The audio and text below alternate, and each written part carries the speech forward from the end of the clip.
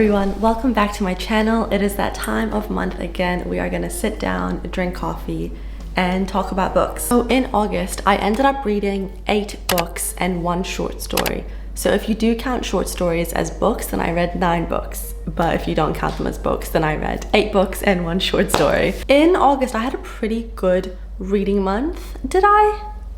Yeah, I had a pretty good reading month. I would say I enjoyed the majority of the books I read, and I had a few that started off very promising and I thought I was gonna like them a lot more than I did. Also, I just want to say I did pretty good with my TBR because I think I read the majority of my TBR. Let me see. Yes! Okay guys, so for August, I picked 10 books for my August TBR. But the way that I do it is I pick 10 books, but I only read 8 books a month. Just have those extra 2 books in there just in case I'm like not in the mood to read something, then I can just pick from those 10 books. Do you know what I mean? I read 7 out of the 10 books from my August TBR. So there's only 1 book that I read in August that wasn't a part of my August TBR. So I think I did pretty well. I'm actually very proud of myself for sticking to it. So happy days. Before we get into the video, I just want to take a moment to thank our sponsor for today, which is Your Paper Quest. Your Paper Quest is a book subscription service and they really focus on pushing indie authors out there and sort of trying to get them discovered. So with their subscription, you can either choose to have them come monthly, bi-monthly, or quarterly, which I think is really nice because sometimes, you know, you don't want it every month. It's nice to have the options, and the books that you get are self-published. I don't know about you guys, but I really love indie published books because they tend to be very white. Like, I don't know if that's a very niche thing, but I like how the papers are super white. The kind of books you get each month change. So they change themes / genres every single month. Maybe when it's February, it'll be more like love theme because of Valentine's Day. Or maybe in October, it's more like spooky theme for Halloween. I think it's so cool what they do because in the world of booktube, a lot of times you do get the same recommendations over and over again. I'm guilty of that. I'm sure we all are. Okay, so, ooh. First of all, happy days. Do you guys see that? Oh, it comes with like a little bookmark. It's got like a cute quote on it. I really like that. I love bookish things. This is called The Man Who Married Himself by Charlie Fish. Honestly, goals. Goals. Good for you. Good for you, sir. It's got like a little note from the author. Oh, I love that. He's been writing this over the last 25 years. Second book, I feel like they called me out on purpose. It's a collection of, I think, sci-fi short stories. Yeah, it's a collection of fantasy and sci-fi short stories. And I did say in my mid-year book tag that my reading goal for the year was to delve into more genres like sci-fi and sort of dip my toes into them. I want to dabble in sci-fi. I don't know if it's my genre. Now I have no excuse because I now have a collection of short stories that are like sci-fi and fantasy based. This is As It Seems, which is a short story collection by Eric Lewis. It actually might be very good for my partner because I am trying to get him to read more fiction books. So maybe like a collection of short stories, especially if they're more like sci-fi based, would be good for him. I do have a code for you to get 20% off your first month. I will put the code up here. Definitely check them out if you are someone who wants to support more indie authors. They are based in the UK, but now they ship to the US. For anyone watching my channel who's like, but Sarah, you live in New Zealand. Yes, I do. I do live in New Zealand. However, like 90% of my audience is based in the US and the UK. So thank you so much again to Your Paper Quest for sponsoring this video. And without further ado, guys, we will get into the books that I read in August. I feel like it's so bright. I'm so sorry, guys. Is that better? I don't know. Let's get into it. So the first book I read in August is Love and Other Words by Christina Lauren. Let's just take a moment to appreciate this book cover because I really do love it. Like, it is what I'm all about. It is the coziest book cover. Like this little cabin, the candles, the books, the coffee. Like, are you kidding me? Anyways, enough on the book cover. Let's get to the actual book. I did enjoy this book. I actually did. I'm very conflicted on how I feel about this book, and if you watched my bookish weekend vlog, you would have seen my full thoughts on it. I gave like a spoiler section towards the end, sort of saying my issues with it and things like that. This book follows 2 people and they meet when they're children at first, like young children, like 12? No, 11. I think they meet when they're 11. And they remain friends up until they're 17, although as they're getting a little bit older, you know, a romance attraction does blossom, but then something happens and they don't speak for 11 years, and you don't really find out what that thing is until the very end. The story jumps from like then and now perspectives, and I really do enjoy then and now perspectives. My problem was I enjoyed the then perspective, like the one in the past, so much more than the present one, like so much more. So what ends up happening in the present is they bump into each other at a cafe and they sort of rekindle their relationships. That's sort of the gist of the story. You're trying to figure out like why they fell apart, what happened, but it's also so sweet when it does jump into the past perspective. You get a glimpse into their friendship because they really were very good friends and like very cute. Let's get on to my issue with this book. I loved the writing in the then perspective, but I did not enjoy the writing or the sort of storyline in the now perspective. And I think the reason for that, I could honestly be wrong, is Christina Lauren, the authors who wrote this, they are two people. So I thought Christina Lauren was just one person. No, they're two people. I think that I enjoy either Christina or Lauren's writing. One of them I enjoy so much more than the other. I don't know if there are other books that are like that, but I could personally feel a difference in writing style. Because I would just go from being like, oh, I really like this, to like, I don't know how I feel about this. And then I'd be like, oh no, I really like this. It was a very confusing reading experience, to say the least. I did enjoy the book overall. There was just two things that happened in this book that really brought the rating down for me. There's something that happens towards the end, which is when you find out why they didn't speak for 11 years. And I just think the authors shouldn't have put that in there, or if they did put it in there, they should have discussed it further, because it was honestly bizarre and I just don't think it was very appropriate. I'm not going to say what it is, but if you've read the book, let me know if you feel the same way. I just thought it was a little bit like, what the hell? Just some things that happened like in the present perspective that I just found so unrealistic and just very like, just so rushed. And yeah, overall rating for this book I would say is a 3.25. I thought it was going to be a 4-star, but yeah, those things happened and it just knocked it down for me. But overall, I did enjoy the book. Up next, I don't think I have these in the order that I read them in. It's just sort of in random order. So then I read Chain of Iron by Cassandra Clare. This is the second book in the Last Hour series, and if you watched my video where I read books that I predict will be 5 stars, I did read this beauty of a book right here, and my predictions were on point. This was a 5-star book for me. It is so good. I think I loved it more than the first one, and I loved the first one, but the second one, the ending of the second one, oh my god. I really love Matthew. I love Matthew and Cordelia with my entire heart. There's something about Matthew that I just absolutely adore. Like, I love that man. I'm not really going to talk about the synopsis of this book because it is a second book in a series, and it's also a series that's a spin-off from another series, so there's just a lot going on. But I just want to say Cassandra Clare is hurting my heart. Hurting my heart. Why does she write the best love triangles? She writes love triangles in a way where like you're rooting for each person and you can't decide. I am constantly changing my mind. I'm like, oh no, I love this person, and then I'm like, no, I think she should be with that person. Why does she do this to me? She did this in the Infernal Devices, and I was like, oh. Honestly, she is the queen of writing love triangles in a way that's so beautiful, and it's not like icky or anything like that, but she's also the queen of writing unrequited love. And also just writing such beautiful passages on friendship and romance and life, and I just love her writing. I'm not going to talk about it too much because I talk about it in every single video and I don't want you guys to get sick of me. But yeah, I love my girl Cassie Clare. You know, I should probably at least say what the genre is. I just realized this is a fantasy romance. This is like a historical fantasy romance. It is set in Edwardian times. Is that how you say it? So it's set in like early 1900s London. I love it so much. Then up next is Ninth House by Leigh Bardugo. This is a book that I don't know how to feel about, to be honest with you. While I was reading it, I did really enjoy it. But now that I finished reading it, when I look back at my experience reading it, for some reason I don't think of it with fond memories. Has that ever happened to you guys? Like, you've enjoyed the book while reading it, but then when you look back on reading it and on the actual book, you don't get good vibes. I don't know why.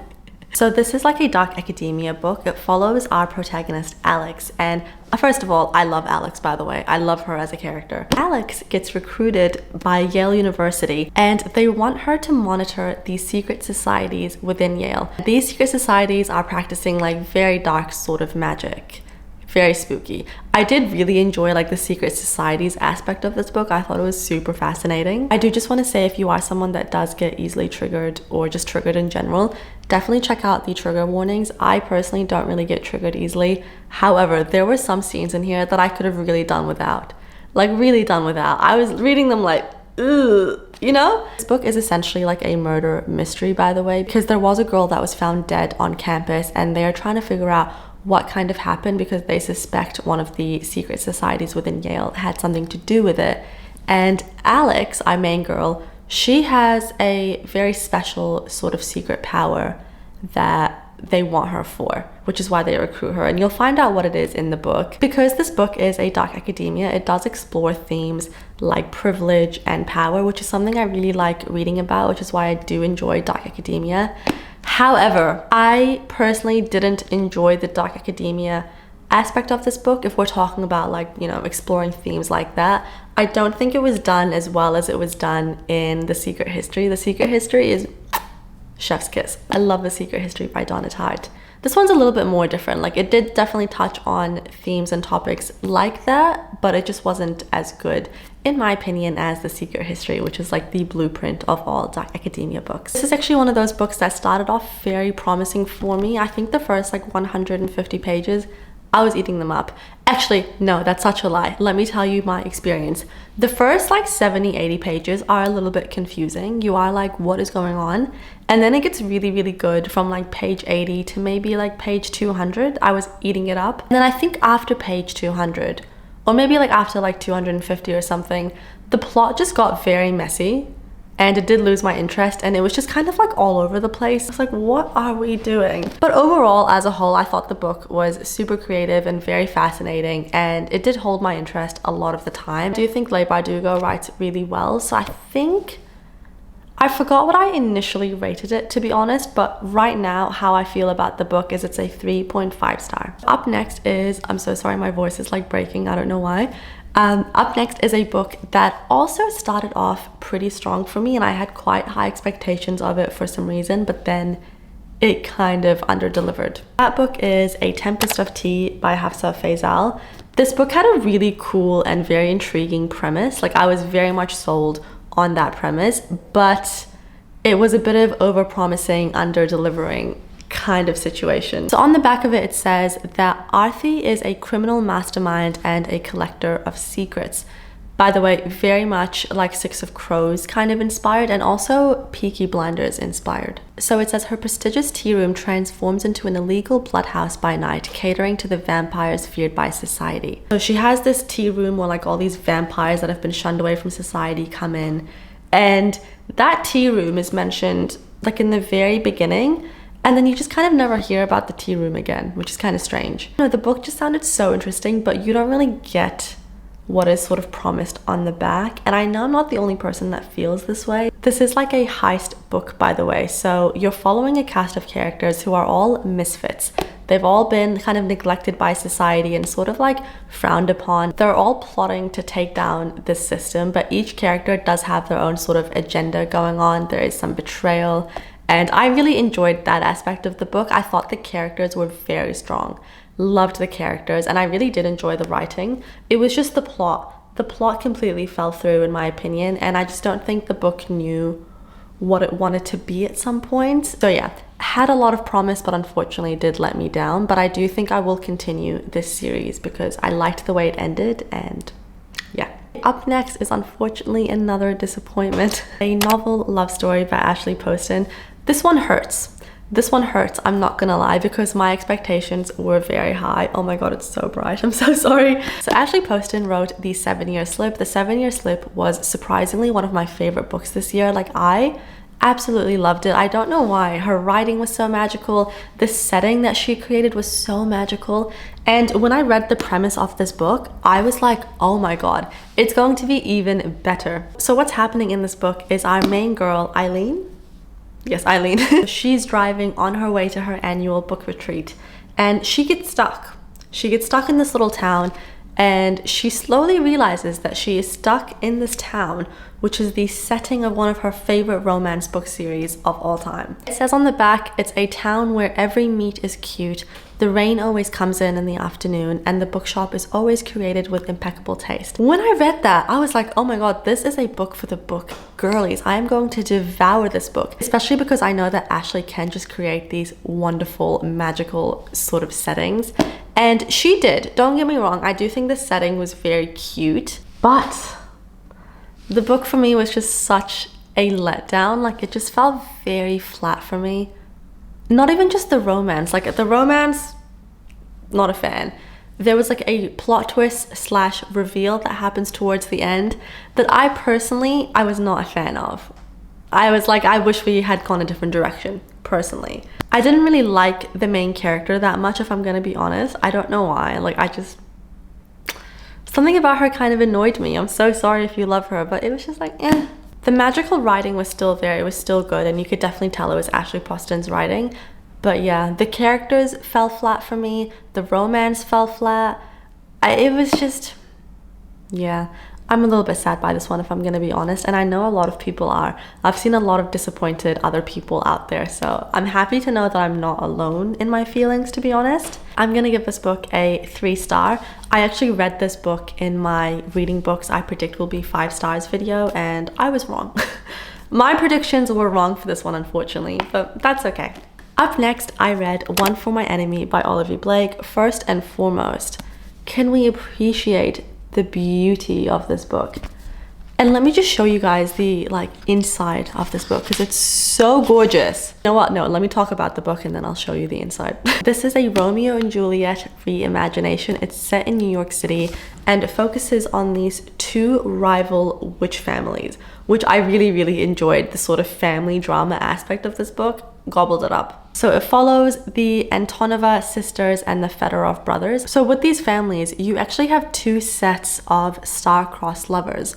You have the older siblings, who the guy from the family and the girl from her family, star-crossed lovers. And that caused a lot of drama between the families, you know, when they fell in love. But then these star-crossed lovers happen again, and you get another sort of Romeo and Juliet situation going on with the younger siblings. However, I really could not care less for the younger siblings relationship. It was very insta-lovey and I didn't enjoy it, but I liked the older couple's star-crossed lover story. It just felt a lot more real and a lot more Romeo and Juliet-esque, in my opinion. One thing I loved about this book, I thought it was so creative, is this story. The format of this book is kind of laid out like a play, like how Romeo and Juliet would be. So you will have the cast of characters at the front, which is what plays are usually like. The book is split up like Act 1, Scene 1, Act 1, Scene 2. It is set out like a play, which I just thought was so cool. So look, you've got Act 1, Madness Most Discreet, and then she'll have little quotes from Romeo and Juliet, which I really liked. Just so beautiful. There's a lot of artwork in this book. So I really appreciated how beautiful and creative this book was in that regard. I really enjoyed the writing. I think Olivia Blake has such nice writing, but something happened for me in this book that also happened when I was reading the Artlist 6, which is another book by her. And it's that I love the writing, and it started off so strong. I don't know what she does, but she starts off her books so strong. The first 100 to 150 pages, I was gobbling it up. And then the plot just got very messy and kind of repetitive in some parts. And I felt the exact same way when I was reading the Artlist 6. Started off so strong, loved the writing, and then it just kind of got, I don't know, just mushy. Not mushy, but it just got messy. And I don't know why she does this. Is it just me who feels this way? Please let me know if you also feel the same way with Olivia Blake's books. I don't know why they do this to me. First 150 pages, it was looking like a 4.5 star, guys. It was looking very strong. But I think towards the sort of end, it dropped down for me to a 3.75 star. So I still really enjoyed it, and I definitely recommend it. I love the writing and I love the premise of this book, and I just thought it was so interesting, especially with the power balance between the families and their dynamics. It was really good. But yeah, just some parts of the plot I was like, what are we doing? I still recommend. Up next, I read a memoir, or like a biography. Read Tuesdays with Morrie by Mitch Albom. You can probably tell by how much I tabbed this book that I really did enjoy and love this book, and I really learned a lot from this book. Morrie was the author's professor. So when the author was in university, like, Morrie was his professor. He learned a lot from him. He absolutely loved him, and he had a very good relationship with Morrie. And then they sort of just lose contact. They don't speak for, I forgot how many years it was. It was like 15 years. It was a long time. And then one day the author turns on the TV and he sees that Morrie is on TV. He's like in this interview. He's on TV because he has this very rare condition where he is about to die. I think he's been given like a few months or something, and he is on the brink of death, unfortunately. So the author is like, oh my God, I'm gonna reach out to him. So he gets in touch with Morrie, and then him and Morrie start meeting up every single Tuesday. And Morrie is essentially just giving the younger guy advice on love and death and work and just anything you can ever think about that's relevant to life that humans care about is discussed in this book. And oh my God, I absolutely loved it. I really did. It did make me cry at some points, and it was done in a way that's very inspiring, and it teaches you a lot of life lessons. It was also just so beautiful to hear Morrie's perspective. He had a very healthy and very open-minded perspective on the end of life, which I really enjoyed reading about his perspective. And he just had so much wisdom. It's just essentially like lessons on how to live the most meaningful, fulfilled life.